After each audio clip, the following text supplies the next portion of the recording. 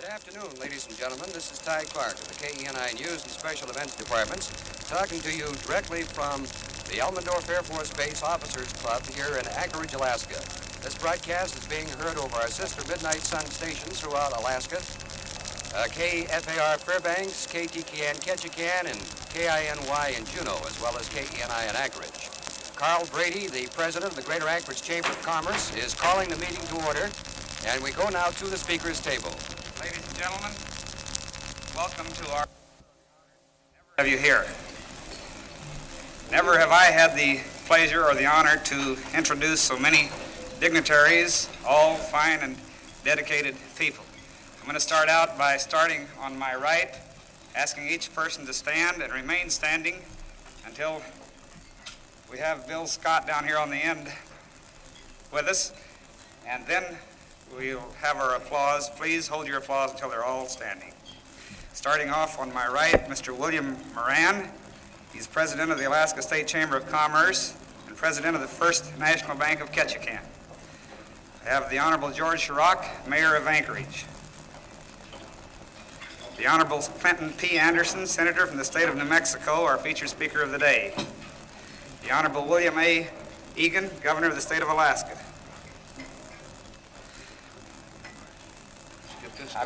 I beg your pardon, we have General Reeves, Commander-in-Chief, Alaskan Command.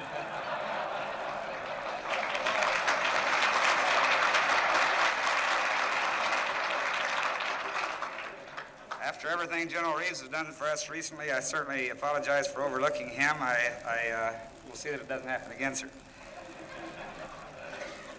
We have Dwight A. Ink, Executive Director of the Alaska Rehabilitation Committee, and he has been loaned to Senator Anderson's staff from the Atomic Energy Commission, where he serves as Assistant Director of that commission. Next, we have William Scott, First Vice President of the Greater Anchorage Chamber of Commerce.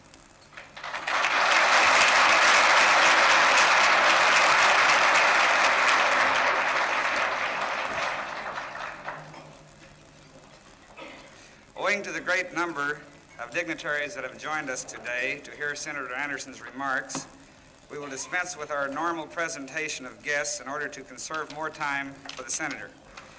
We are delighted to have so many guests with us today, and in particular, we are most pleased to have those that are here from outlying and affected areas within and outside the state. For this reason, I would ask that all visitors here today stand so that we might express our appreciation with a good applause. Would you please stand?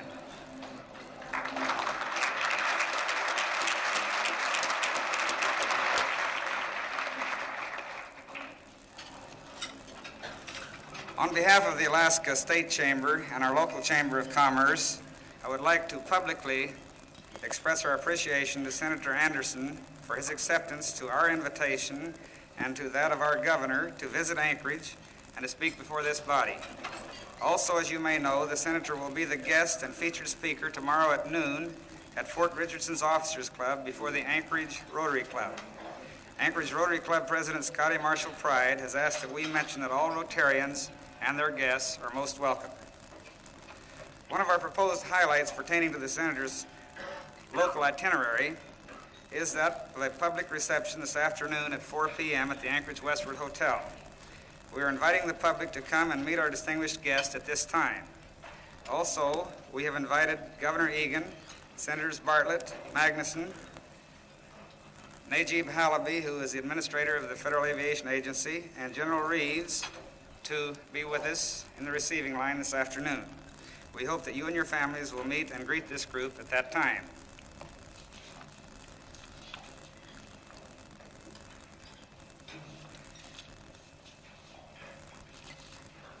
To get on with the program now, I'm going to introduce again to you our program chairman for the day, who is our hard-working Vice President, Bill Scott. He is a native of New Mexico who resided near our featured speaker and his family some years ago. As a matter of fact, he grew up with Senator Anderson's son, and they chummed around together quite a bit, and it's been suspected, strongly believed by some sources, that he and the senator's son actually burned down the senator's barn one time that was filled with alfalfa, quite expensive, and this was prior to to any Jacksonville for relief. Bill Scott.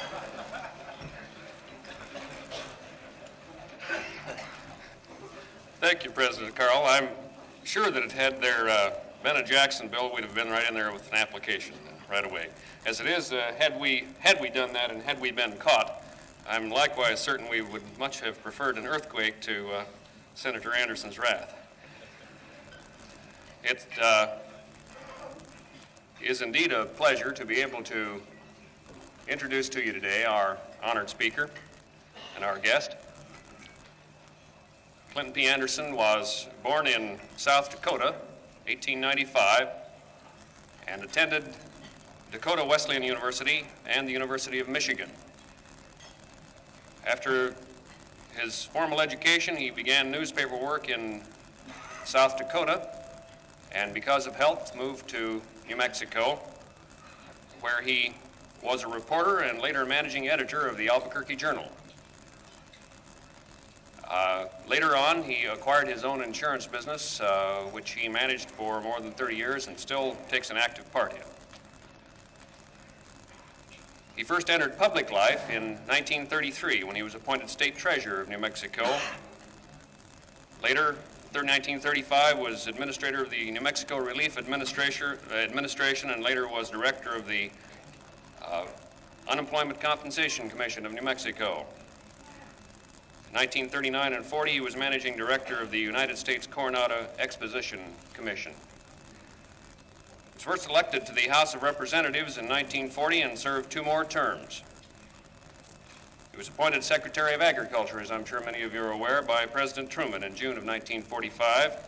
Served until May of 1948 when he resigned to enter the Democratic primary for United States Senator.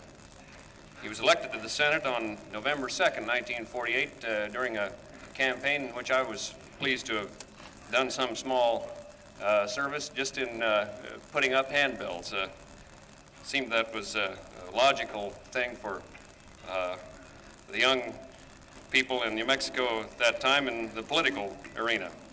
He was re-elected to the Senate in 1954 and again in 1960, and is presently serving a term which will expire in 1967.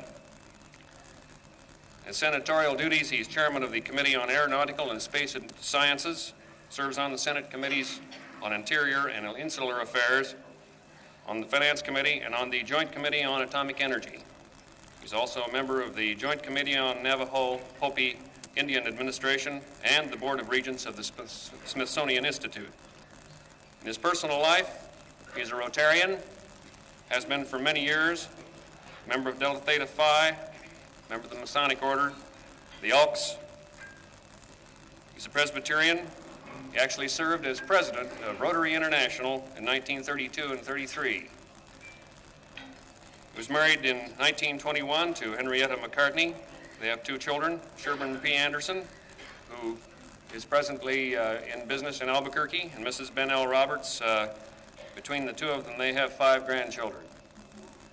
It is always interesting, of course, to talk to someone who is as vitally concerned with the affairs of all of us as Senator Anderson. We were chatting with him the other day, wondering just how he happened to get this appointment. It seems he was in Denver on the Saturday following the quake. Got a call from the president, and the president said, Senator, got a job for you. Well, Senator Anderson said, a little inconvenient for me right at the moment. He said, I have my suitcases in Albuquerque. I have a great deal of business to do here in Denver. Things are pretty tough. Just what was it, just what sort of a job did you have in mind? There was a long pause, and the president says, well, does it really matter?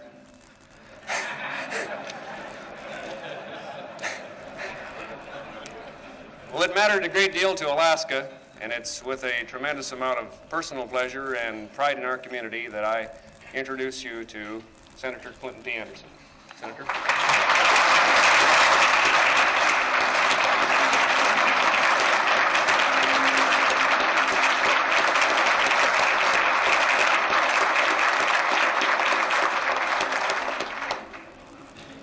Thank you, Bill.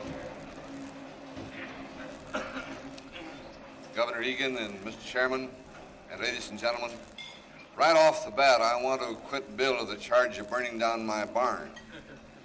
He had nothing to do with it.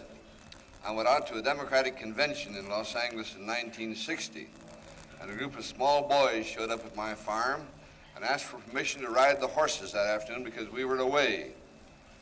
And a woman who was there looking after that part of the place said, "No, you can't do it." So the boys went out and unfortunately happened to drop some cigarettes in the barn by accident, and the barn burned down. And the boys said, "It serves him right. Should let us ride the horses." I want that in the record so that Bill doesn't get accused of it again. Now, we've had some interesting days. The story that Bill told you about the president is about right. He called me out there and told me he wanted me to come to Washington right away. And he said, "My plane is leaving in 15 minutes and it'll pick you up in Denver." I said, "Hold off. I got a wife and a suitcase in Albuquerque." He said, "We can pick those up on the way down from Denver."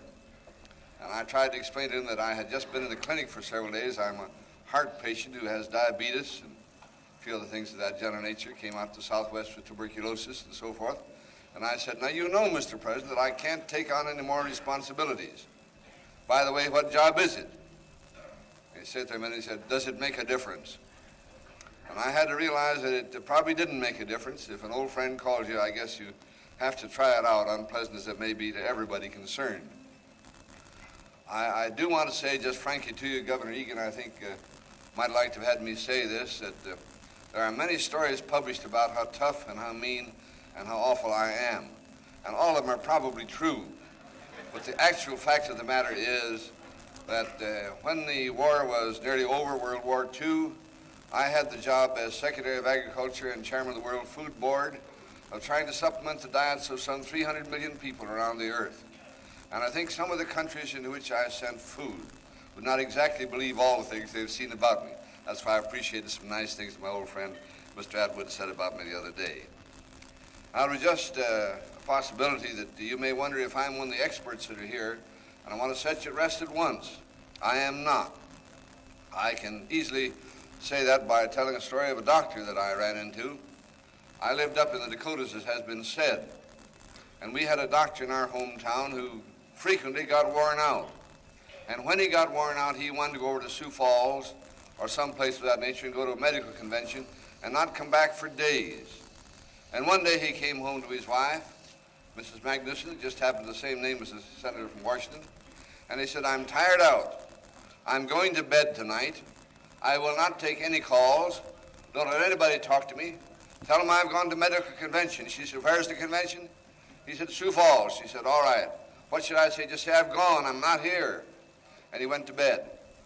And after a while, the phone rang, and she reached over and picked up the other one and said, "Hello." "Well, he's not here." "Well, he's out of town." "Well, he's at Sioux Falls, the medical convention. What is it you want?" Well, the woman said, "I have a very, very severe headache. And sometimes when I have a severe headache, the doctor gives me aspirin, but I can't remember whether it's 2 aspirin every 4 hours or 4 aspirin every 2 hours." She says, "Hold the phone." She reached down to her husband and said, "This woman wants to know that she should take for a headache 2 aspirin every 4 hours or 4 aspirin every 2 hours. He said, "Tell her 2 aspirin every 4 hours. She said, "If I were you, I would take 2 aspirin every 4 hours. Well, she said, "Thank you, Mrs. Magnuson, thank you very, very much. But when I have the headache, sometimes I have the soreness in the back. And one time the doctor he told me to take a very hot bath. And one time the doctor gave me some oil, some olive oil, a big tablespoonful of it. I wonder what I should take now." She said, "Hold the phone." She reached down and said, and she has a sore back and doesn't know what to do about it. She said, "Should she take a hot bath or take some olive oil?" He said, "Tell her to take a hot bath." So he said, "If I were you, I would take a hot bath." And one says, thank you, Mrs. Magnuson. Thank you very, very much. And that man you are sleeping with, he's a doctor too?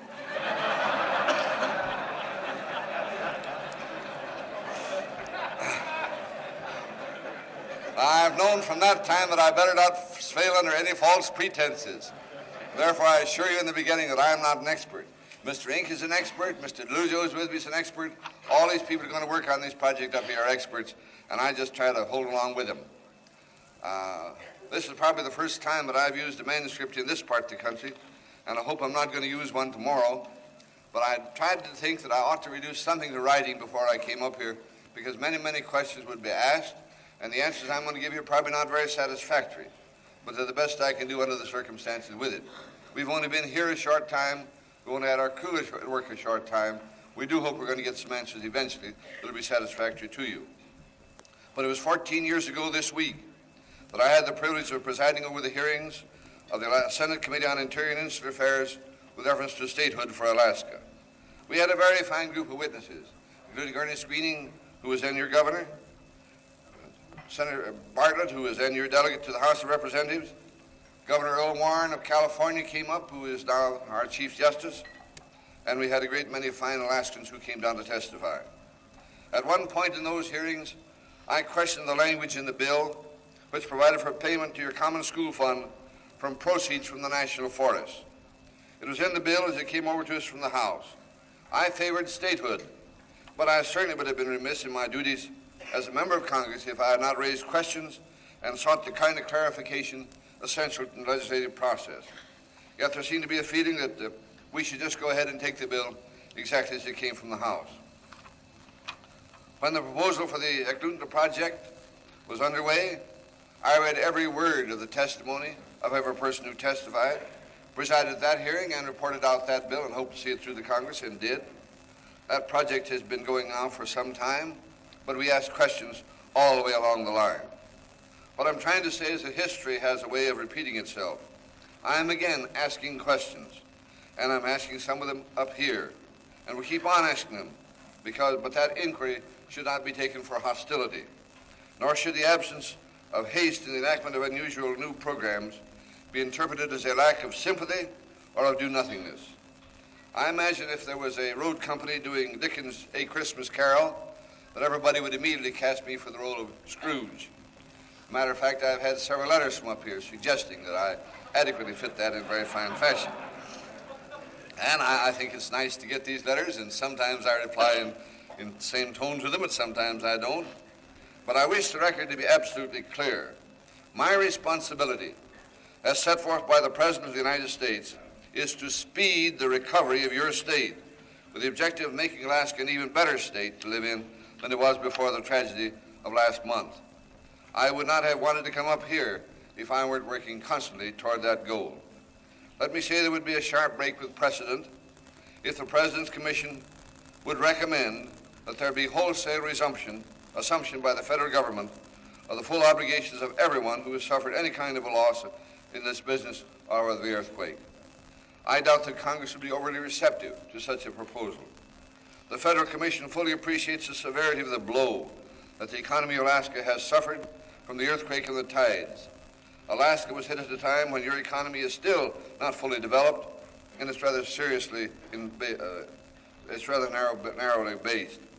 Long before a program of federal disaster relief was created, American cities were devastated by natural disasters of terrible proportions.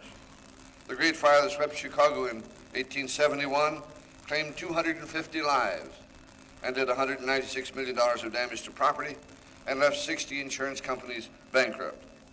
The earthquake and fire of 1906 snuffed out 450 lives in San Francisco, destroyed $400 million of property.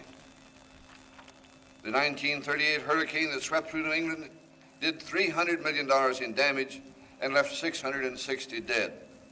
All this was before Public Law 875, which established a program of federal assistance to disaster areas. Then came the 1951 floods, which destroyed or left uninhabitable over 8,300 homes in Kansas alone. The hurricane of 1955 cost nearly 200 lives in 6 eastern states, and the total damages were $650 million. I could cite other events in this tragic chronology. My point is that in these disasters, the federal government moved in and played a vital part in reconstruction. But there are limits to what it can do. No blank check has thus far been written to cover private losses. I'm sure you're well acquainted with some of the existing programs, which are going to be of major benefit, indeed already are of aid in recovery. The Small Business Administration, the Veterans Administration, the Farmers Home Administration, the Housing and Home Finance Agency, and the Bureau of Commercial Fisheries are making loans, granting forbearance, and making other adjustments because of the disaster. But that is not enough. President Johnson, you will recall, asked Congress for a $50 million supplemental appropriation for the disaster fund, primarily for assistance to Alaska. In little more than hours, Congress voted those funds. This is just one measure of the awareness in Washington of what took place here last Good Friday. On Saturday, the President's recommendation for extension of transitional grants beyond the scheduled expiration this summer was introduced in Congress by Senator Jackson, and I joined as a co-sponsor. And let me just say that Senator Jackson, because of the situation in the state of Washington, is extremely interested in what goes on up here and has day by day persistently called our attention to things that need to be done for the benefit of you people. He's not going to be up here this trip, but I do want to say to you as one of his tried and true friends that I know how seriously he's concerned over this whole situation. The first hearing on this bill was set by me for May the 4th, and the $22 million bill authorized what I think will be real help to the government in guaranteeing that government functions can go on as they should go on here in Alaska. I'm not going to make any foolish predictions, but don't be surprised if shortly after the time of these hearings, the bill is reported out favorably and passed, because I want Governor Egan and his staff and the mayor of these various cities to know that there will be money available to keep government going and schools open. Also on the legislative front, the House Committee on Merchant Marine and Fisheries has reported out a bill that will enable Alaskans who lost their fishing boats to charter replacement vessels on very, very favorable terms. A few phone calls helped that bill along, and I know the leadership of the House will call it up at the earliest possible moment. I don't anticipate any problems in the Senate on this measure. The Senate has already passed the basic bill and will, I'm hopeful, accept the amendments of the House. And again, I pause to say to you that you have to bear in mind the peculiar legislative situation in the Senate at the present time. The particular cave of winds in which we occupy ourselves is now in what's called a filibuster. And it's going on for some time yet. We hope we may vote on the First Amendment and possibly on Wednesday. But I see no hope of getting the Senate away from the Civil Rights Bill for more than very minor provisions for many weeks to come. And therefore you have to introduce only those measures that can pass on a virtually unanimous basis. You can't bring controversial legislation in and expect to see it accepted by either side, either the Southern senators or the more liberal senators on the other side of the fence. And therefore I say to you that you just have to be patient in the passage of some of this legislation under the present circumstances. I have tried, as you know, to get to the filibuster. I have been the author each of the last 10 years of the resolution to change the filibuster rules so we can break them up. But thus far it has not succeeded, and it's going to be very difficult to do anything about it. The dry dock which the Navy moved to Kodiak from San Diego is ready to take aboard damaged fishing boats for repairs by private business. There was some question as to whether private boats could be repaired by private boat yards using a Navy vessel. We simply told the Navy to move full steam ahead with getting the dry dock to Kodiak, and the policy issues would be resolved later. The dry dock is there, and the policy issues are being resolved.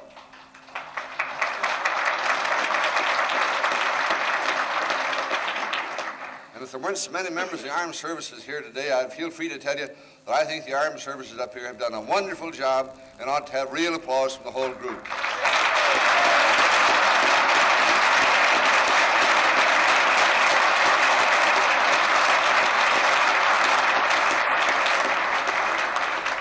You and I must know how difficult it is to get civil defense rolling at a time like this. And if we didn't have the well-organized, hard-hitting, hard-working military groups, I don't know where we'd be in any of these great disasters. Also in the legislative area, the full Senate Interior Committee spent 2 days of hearings on the bill to provide retroactive earthquake insurance to Alaska. The committee will meet again to hear more witnesses on May the 4th. Contrary to some views, I believe this proposal represents a substantial new venture for the federal government and a unique change in the concept of insurance. Even if there is no long debate in the Senate on civil rights to hobble the major legislation, the fate of this measure would be doubtful. There are states which have been hit in recent years by severe floods and hurricanes. The senators from these states are waiting in the wings to get some sort of retroactive protection for their own states. I'm not prejudging the insurance measure, but I want to remind you the basis for my questions. the Federal Commission has submitted a unanimous recommendation relative to certain stretches of the Alaska Railroad. I'm just real sorry. I hoped I was going to be able to tell you today what those were and what the action by the President had been. But the President probably has some things on his desk too. But we took to the President on Thursday night, a recommendation that was unanimously joined in by the Transportation Committee, the Department of Interior, and the Department of Defense as to what might be done to help the Alaskan Railroad. And while I can't tell you what that was, I can sort of smile at you and say you're going to like it when you hear what the recommendation was.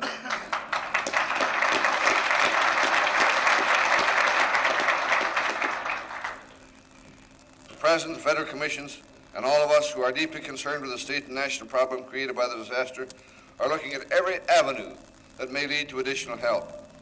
I completely understand how, in the hour of acute need, people look around to see what possible sources of funds might be available to assist Alaska. Statements have been made by some persons that one of these sources should be the savings from a sharply reduced foreign aid budget. Those who advocate such action say charity begins at home. I would not quarrel with that general philosophy. I have not always been pleased with foreign aid, and I did not come to Alaska to defend the Overseas Assistance Program. Foreign aid, frankly, has been used to prop up shaky governments which might better have fallen, and build projects which never should have been built.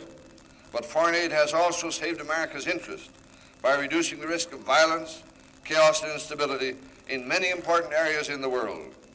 If you pitch your whole case on opposition to that, you automatically enlist against your needs those who have strong attachment to building up a more powerful world by bolstering free governments. It's interesting that any of the criticisms of foreign aid is that it's not tightly supervised by the United States and the money is wasted. I wonder if Alaska really wants federal assistance for the private side of the economy with close federal supervision as to how the funds would be used. How large a voice should Washington have in the affairs of Juneau, or Anchorage, or Kodiak? How much would it dictate to the elected officials of Alaska? This, it seems to me, is a basic question that has to be answered.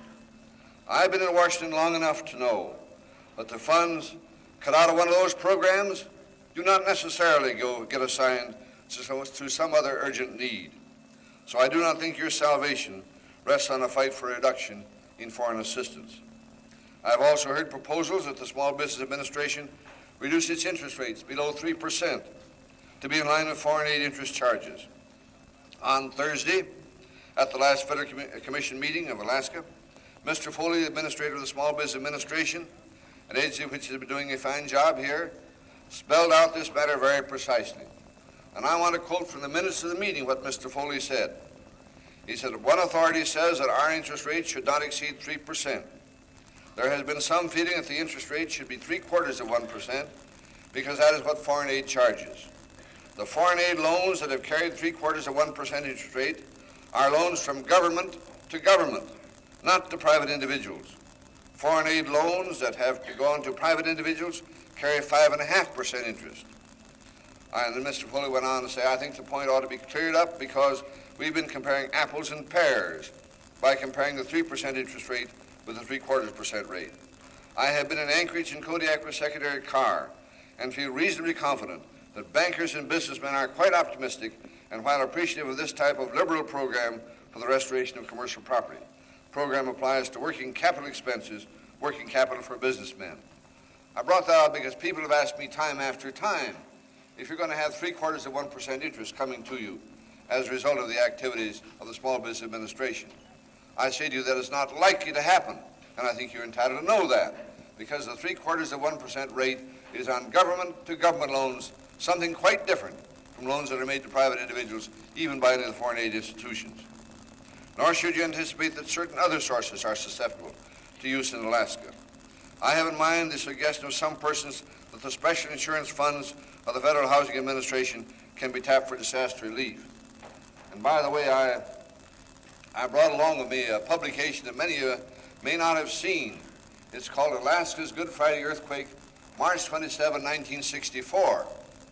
This is a fine job done by the Department of Interior, giving the preliminary geological evaluation of the situation here in Anchorage. Now, it's on the basis of this report that we've asked that there be a careful study made of the early evaluations that were made, in which certain areas were designated as danger areas or areas on which you could not build or on which the various government agencies could not make loans. And this is so far our Bible, but there'll be additional geological information and reports. Mr. DeLuzio couldn't be here today because he's on the long-distance telephone trying to find out when the geologic team can arrive from Washington that is going to help you with this problem. I have only one copy of it, and as you may suspect, it goes to a banker. I promised it to Mr. Rasmussen early. But I only want to say to you that you have to understand that these problems are not as easy to solve sometimes as you may imagine. And these government agencies look at reports that are made, and they sometimes decide they can't do certain things until the situation is cleared up and definitely cleared up by the government itself. The FHA is strictly limited in the use of its insurance funds by the National Housing Act and by the insurance contracts with mortgage lenders. The National Housing Act specified that these funds are to be used as revolving funds for carrying out the provisions of the insurance programs. The Act further prescribes formula to be used in calculating insurance payments for lenders. The basic mortgage insurance program, under which the great bulk of home mortgages are insured, is a mutual program. This means that the homeowner may participate in any surplus funds realized after the payment of all insurance claims and expenses, regardless of whether the fund is mutual or non-mutual. The use of the monies in the fund for relieving disaster victims is not authorized. That's why I mentioned to you that if you're going to get it authorized, it has to be by special legislation, which would stir up a great deal of controversy and which would be difficult with the present legislative situation in the Senate. And therefore, I just ask you people to bear that in mind and remember it. The FHA mortgage insurance covers losses occasioned by a lender as a result of default in mortgage payments by a homeowner. It does not provide any protection to the lender for losses which result from damage to the property by an earthquake. It is for this reason that in settling insurance claims on Alaskan property, the FHA will have to deduct from its payment to the lender an amount representing any damage by the recent earthquake which this has not been thus far repaired. Now, I'm not trying to say to you that it's going to be impossible to get money from some of these extra funds. I want to point out to you that every time this matter is brought up, something happens. We had a meeting the other day of the commission, and somebody said, why, the Jackson bill can easily be funded from the money on hand with the various agencies, and pointed to this $100 million which FHA had. And Mr. Weaver jumped up and said, you can't touch that. That belongs to the people who've been borrowing from FHA. And if he goes before the Congress and says there's a commitment to use this for another purpose, it isn't quickly and easily available to something else. Therefore, sometimes when we take a long time, you may think, to come up with programs, you want to remember those programs all have to be studied in relation to what the existing law is and the source of the funds that people hope to use. Alaska is already heavily dependent on the federal government. According to information supplied to me by the Bureau of the Budget, it was anticipated before March 27 that nearly 55% of the revenue of the state of Alaska is in the form of federal money. These federal receipts, including income from federal lands and resources, were expected to total $67 million. This, coupled with the transitional grants which have been made to statehood, make it appear that the federal government is a senior financial partner in the affairs of Alaska. Additionally, the federal government is the largest single employer in Alaska, and that's a very mixed blessing, to be sure. Some 16,700 civilians are employed here by the federal government, and Alaska has the highest concentration of military personnel compared with the total population of any state, some 32,000 in uniform. Thus, the combined total of federal employment in the neighborhood of 46,000 represents a staggering figure in relation to the state population and total employment. I'm sure I say only to you what you are aware of, that the economy of this state is going to be affected by changes in the defense policies of our government. Changes in military technology could well have been a significant impact on Alaska, as in the case of many other states. Coming from a state with large air bases and nuclear weapon installations, this particular problem is not foreign to me. I have been urging my own state to plan for a future in which defense needs are going to be altered considerably. I think these considerations were part of your thinking some time back when your governor and congressional delegation proposed a cooperative federal-state development effort. Your officials sought a device which would hasten economic development of this great state. President Kennedy endorsed the proposal, and the wheels began turning to implement the recommendation. For one reason or another, however, actual establishment of the joint agency was delayed. Then came the agony on March 27th. And while some changes in the original proposal, with some of those changes, a Federal Reconstruction and Development Planning Commission for Alaska was created by order of President Johnson. It has been working, and working hard, in behalf of Alaska and the best interests of the other states, 49 states. We have operated in close association with your state people, particularly Governor Egan. We are making headway. I'm confident in assisting you in charting your long-term development. And while I devote nearly full time to this matter, I'm not interested in making it a permanent career. That is why we're moving deliberately to have our final recommendations to the President ready by late summer. In the meantime, we must rightfully take time to make sound judgments and broad policy questions.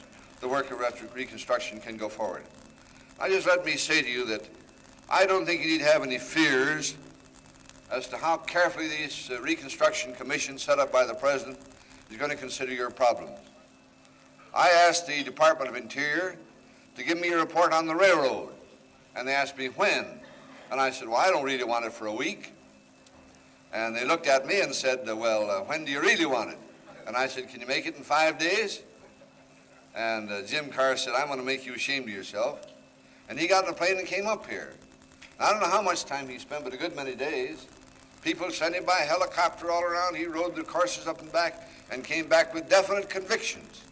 You have to have definite convictions in order to persuade Congress to take definite steps. And if you ask the Congress to greatly increase the budget of the Department of Interior to take care of the railroad the way it ought to be fixed, you've got to make sure that the man who brings the recommendation to you speaks with authority and not just with desire. And Jim Carr is prepared to go before the Congress now and speak with authority. We've asked the Small Business Administration what it needs. We've tried to send people up to you. We're going to keep on sending people up to you, trying to find out what we may be doing. Mr. Inc. is devoting his time largely to trying to develop a lot by lot and block by block appraisal of what took place here in Anchorage, for example. We know some things took place elsewhere, in Ketchikan, for instance. In Kodiak, for instance, that's going to be handled in a wholly different fashion. But here at least we ought to know every piece of property on which it was damaged, by lot and block number, by the owner's name, what the situation was on that piece of property. If you don't think that takes time, you try it. You try it. We've been trying to get this information. We're going to keep on getting information. Now, I know the governor said to me, I guess last night or maybe yesterday afternoon when he met me, if only you had a responsible person here all the time to speak for you. Well, we're going to try to do that. We tried to get a very fine man, General Fields, whom I knew as head of the Atomic Energy Commission, to come here on a full-time basis. He's retired Major General, I believe. I know a brigadier at least, but I think a major general. A very competent man, a very high-grade man. It meant nothing to him, to his pocketbook, because of this Dual Compensation Act, he couldn't draw much money for coming up here. I think all we were going to pay him was some $2,000 a year on top of his retirement pay. But for a long time he considered he may still come. But I say to you, it's difficult to reach out and get the type of individual who can come back to Washington and lay your case on the line as to what you need. Now we hope that if he doesn't come, that Colonel Cross will come up here 1 week or 2 weeks maybe, and then Colonel Penley will come up maybe the next 2 weeks. I want to tell you the President means this business about trying to help you, because he had the whole commission in for a meeting with him on the first day after I got back to Washington. And he told them all that he wanted them to cooperate. And if I wanted somebody to give me that person, he said, do you all understand that? They all nodded their heads. And I said, let me try it out, Mr. President. And I turned to the Secretary of Defense and I said, I'd like Colonel Penley. He said, I don't know who he is. Well, I said, then you can spare him nicely. Let me have him tomorrow morning.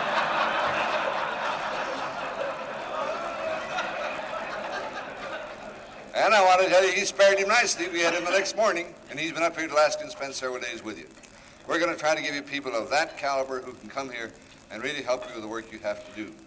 Early, you're going to have to get this question of geology and get it straightened out. I do not believe that all the areas that people are worried about are still dangerous areas by a long ways. But we want to find out. You don't want my opinion. I told you in the beginning, I'm not an expert. You want an expert's opinion. and we're going to have the expert to come in and talk to you about it. I invite every Alaskan to join us in this endeavor. There's construction work to be done and far-reaching plans to be made. You should want and have a part in that. You will find me and the entire commission ready to work long and hard for a better and more progressive Alaska. I welcome you to that endeavor.